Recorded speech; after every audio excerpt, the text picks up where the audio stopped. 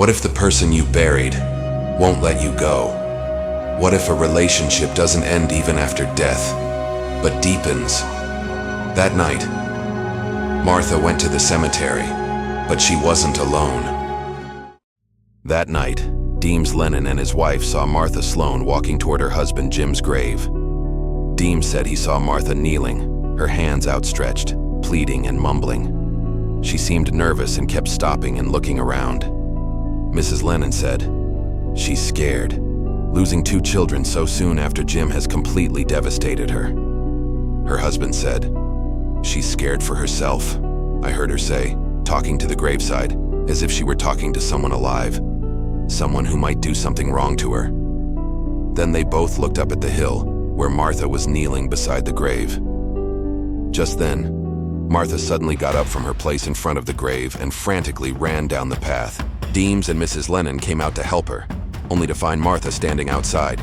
She said to Deems, "Deems, that's Jim. He's reaching out. He's reaching out to take me."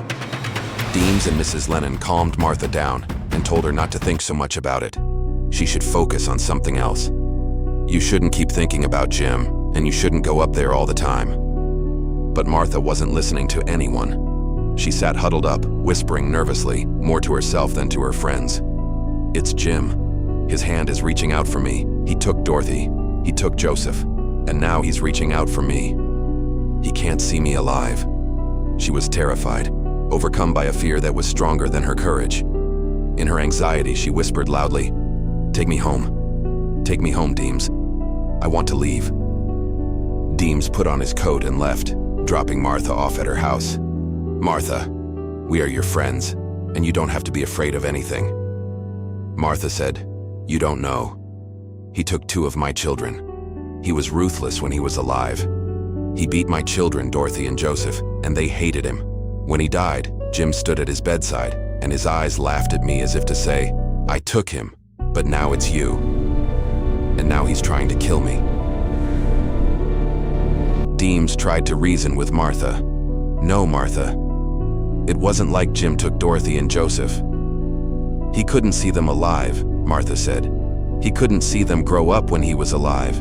He took them just like he took me from you. Do you remember, Deems, how he came and in no time took me from you?" Deems remained silent.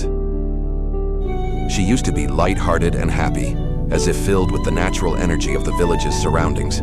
Her laughter was full of joy. All this had changed soon after the wedding.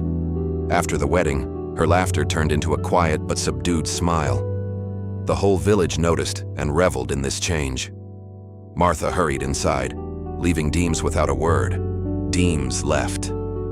When he came out, he suddenly saw Martha by the window, startled.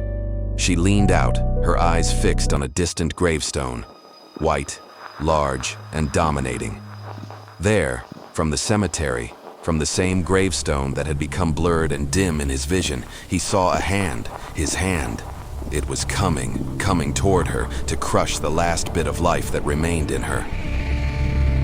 When Jim died, she suddenly began to live her old life. She began to find herself again. It was as if the grip of winter had lifted, and the breath and warmth of spring were taking over again. Then came the terrifying events of uncontrollable dreams, and then Dorothy's death in a fire. This shook her completely. She remembered how Dorothy had died. She had been burned. In her sleep, Dorothy had heard herself calling out, and she thought it was her father's voice. She woke up to the thought that her father was beside her, just as he had appeared in life. And then she passed away. She had showered all her care, love, and concern on Joseph, but Joseph died shortly thereafter, falling into the lake. She had felt Jim's presence, even near Joseph's body. She kept her gaze fixed out her wide window at the spot where the tombstone had stood. She felt as if something was coming out of the tombstone and coming towards her, and also felt that someone was coming towards her in the room. Frightened and terrified of its approach, she quickly turned to the window and jumped down. She ran panting onto the road that led to the Deems house. She went to the Deems house. In fact, Martha had a plan in mind to free herself from Jim's dangerous grip forever. I can get away from Jim like this. When he reaches out to grab me, I can bite his hand. It rained for a few days afterward, which eased Martha's anxiety somewhat. The next night, she stayed at the home of Deems Lennon and his wife. He didn't want her to be alone. When Deems returned one night, he reported that the incessant rain had caused significant damage to the cemetery. The headstone of this Jim Sloan has loosened, so I'm afraid it will fall down in a strong wind. Martha's "oh" retorted, reminding him. He then changed the topic. And that very night, Martha was determined to do something. She would now destroy the grave where Jim's shadow had always haunted her. She was burning with vengeance. She looked over at the sofa where Deems kept his tools. She knew she would need them. Then she said goodnight and went to sleep. As she woke, she saw the door open. She looked toward the cemetery and sensed Jim's presence. He was calling her. "Don't do it, Jim. Don't take me." And as if by some guiding force rather than her own will, she left the house into the night, muttering and trembling in fear. As she stood beside Jim Sloan's grave, its white glow in the sky, Martha trembled with fear. As she picked up the hammer to break open the grave, her fear turned to vengeance. "Jim, you'll let me live, won't you? You'll let me live? I want to live." She began to tear at the grave like crazy. She couldn't hear anything. The tombstone above her slowly weakened. Deems Lennon and his wife were awakened by a loud noise.